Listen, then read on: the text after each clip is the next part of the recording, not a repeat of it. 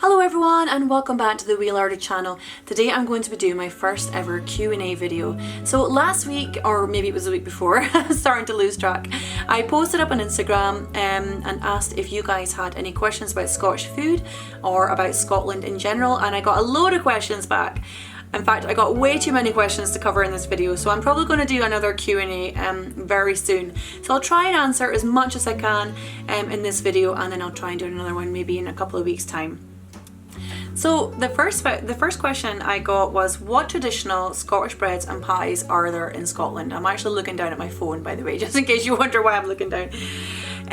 So we have so many lovely pies in our Scottish bakers, and up here in the northeast we have all sorts of pies available. If you go to the butcher, you can get a really nice steak pie, and you can get a really nice chicken pie with puff pastry on the top. And if you go to the baker, you'll get something like a chicken and white sauce pie. You'll get a pie with curry chicken in it with minced beans and tatties on the top. And we also have there's the four for bridies, of course, and we also have our Aberdonian style braddy as well, which is very similar to bridie, but it's like minced meat instead. We have macaroni pies, and we have steak pies. So we have quite a lot of pies in our bakers in Scotland.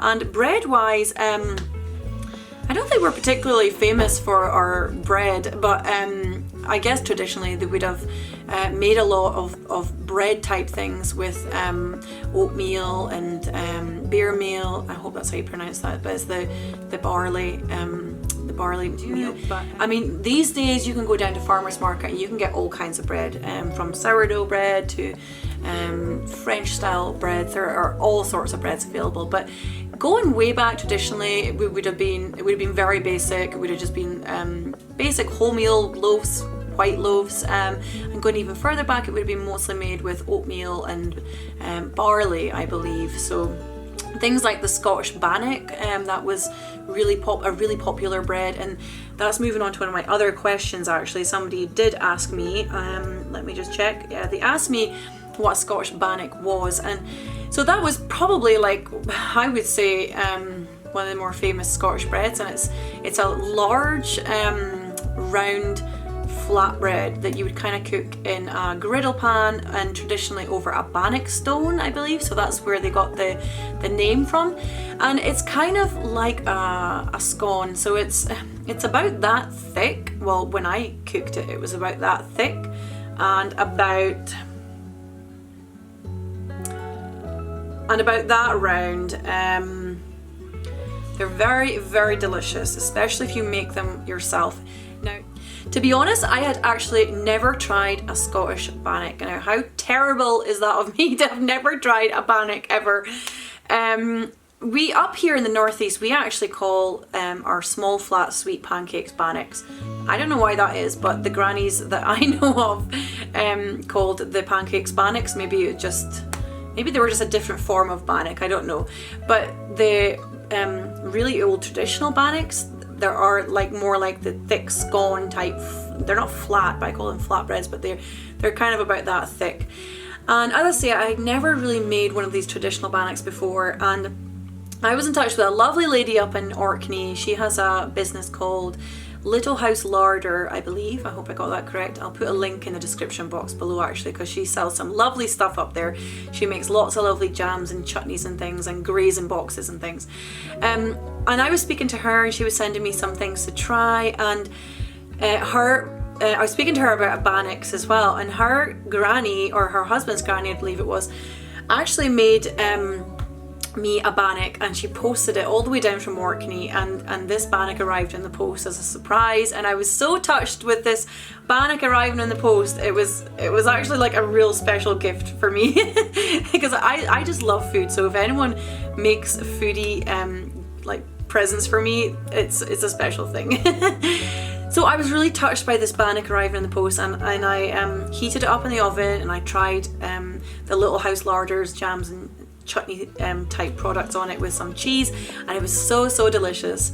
So her bannock was the first one that I'd ever tasted, and she inspired me to make my own bannocks, and I made some with the beer meal from the mill in Orkney, and they've been milling this barley for over 300 years. So that bannock that's on my Instagram page is actually the first one I've made.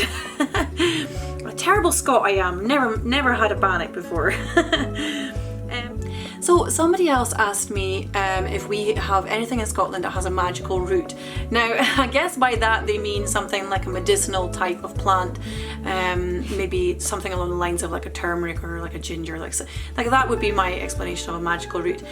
So the only thing that I can really think of is horseradish. I use it if I'm suffering from like a cold or something, and it is a very powerful root. It's something that I'd like to learn a little bit more about. We obviously have like all sorts of root vegetables that grow seasonally, so mostly like in the autumn and winter months. We have all sorts of delicious root vegetables available, from like parsnips, carrots.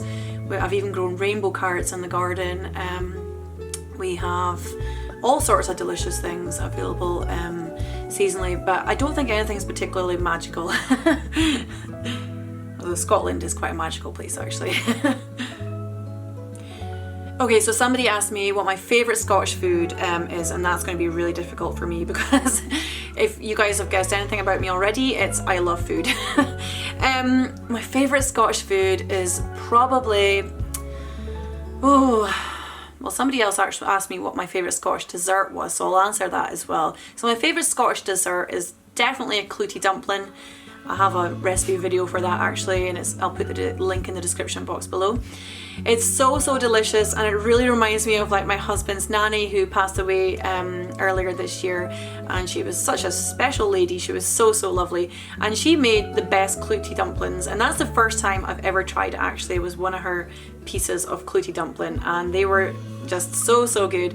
And my recipe, I was really surprised, actually tasted very similar to how I remember her clootie dumplings, so I was really pleased with how it came out. So if you want to give that a try, then check out that recipe video. But yeah, clootie dumpling, it's such a heavy pudding, it's such a delicious pudding, but if you are having it, please just have a lighter main course, otherwise you're going to be rolling yourself into bed at night because it is so filling.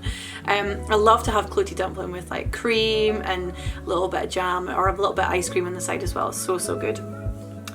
So my favourite Scotch food as well, so I think I'm gonna have to say Cullen skink. It is just my all-time favourite, and my family roots actually go back to the northeast coast, and come from like fishing roots as well. So we grew up eating a lot of fish when we were younger, and we ate a lot of Cullen skink, so it holds a lot of memories for me, and it reminds me of my granddad as well. He was so lovely. So I just love Cullen skink, and I've also got a recipe video for that. In fact, it's actually my most popular recipe video on YouTube, so I'll link that below as well. But it's so good. It's a creamy soup made with smoked fish and potatoes and onions. It's really simple, but it's really delicious.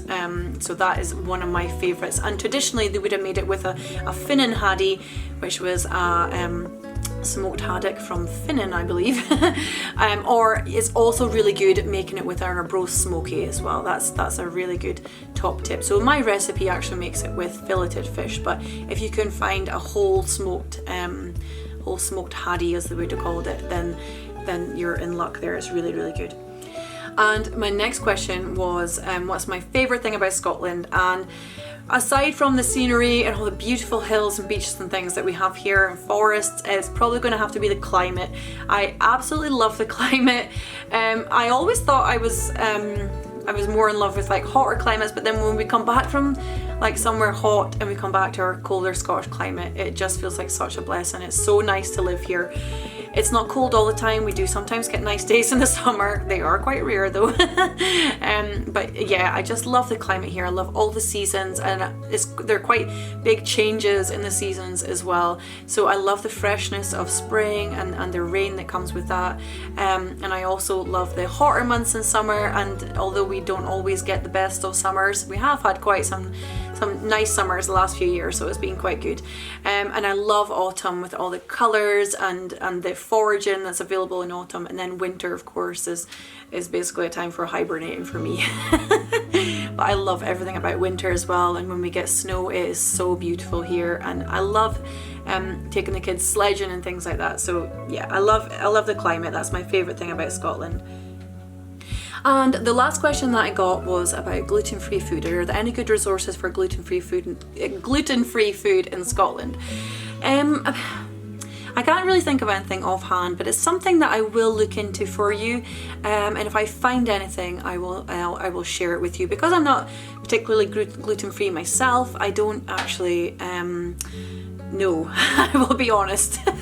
I don't actually know if there are any good resources. There are loads of brands out there in Scotland that make gluten-free foods. I know that Nairns and do gluten-free oats, I believe, and there's another company that do gluten-free oats as well. I'll see what I can find for you, and I will share it in the description box, and I'll share it on Instagram as well. I don't actually eat a lot of gluten in my diet, so I tend not to have too much bread, and I would love to learn more about creating sourdough bread as well, which is a little bit easier on the digestive system. So I'd love to do more things with sourdough. So although they aren't gluten-free, it's something that I would like to do in the future. So that's all the questions that I have for this video. I hope you enjoyed my first Q&A. If you have any more questions, please keep your eyes peeled over on Instagram, because I'll be popping a question box up on my stories for my next video again. And if you want to see any other videos or recipes in particular, or have any other questions that you want me to answer, feel free to just pop them in the comments box below as well.